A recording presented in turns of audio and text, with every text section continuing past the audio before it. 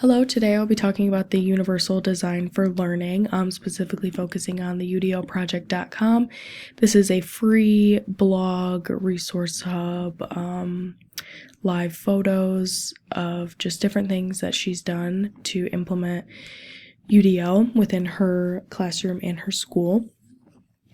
I will be focusing on the principle, the CAS principle 8.1, height and salience of goals and objectives.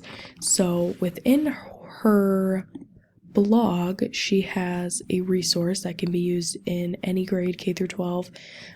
It's called an Our Goal posting. She has this posted in her classroom and one of her students reads it. It's in kid-friendly language. This is so the students can understand the why behind what they're learning. They can have an actual discussion about what they're learning, why they're learning it, what they're going to get from it, just different things like that. And then she also has them posted on the top page in student-friendly language, and the goal reader reads these aloud before students complete the assessment. This allows for them to recall information from their discussions or just kind of what they talked about in reference to these goals, which I thought I definitely will be using this. I think this is very helpful, especially because nowadays in my placement or other schools that I've been to, I really don't see goals or ICANs posted really anywhere. And I never really understood the meaning of them or, why we needed them. But I mean, honestly, after just reading through a couple of her blog posts, I have a deeper understanding of what's going on, or kind of what to do for goal setting or how to use your different ICAN statements. And then the second principle is varying demands and resources to optimize challenge. So this very first blog post that she has, it's actually her most recent one, in May of last year. She has possible barriers and possible solutions posted under the Teaching and Learning with a UDL Mindset blog post. So just barriers that you can come into or face in the classroom, and then different solutions that you might be able to use.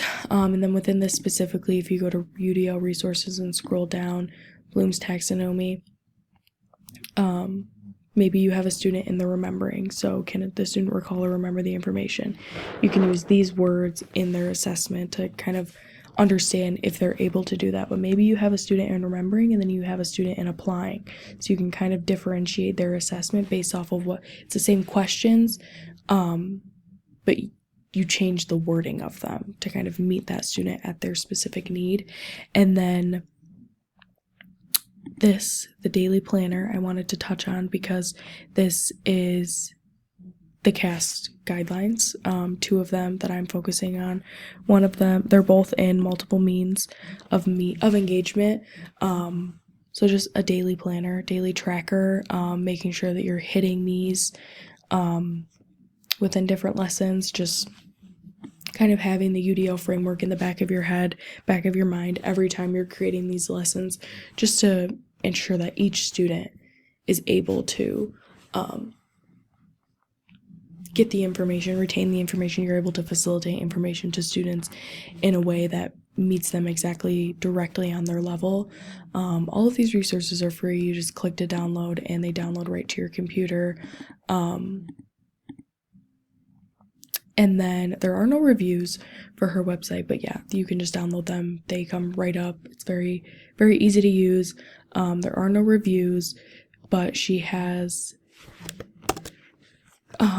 referenced the CAST guidelines quite a few times in her blog post, so I can trust what she's saying to a certain extent. Obviously, with no reviews and 0 comments on most of her blog posts, you can take it with a grain of salt, but I do enjoy that these are free resources that anybody can use. They're at the tip of your fingers. You can just click the download and they come right to you. So I really enjoyed this website and I feel like I did learn a lot, specifically examples of using them.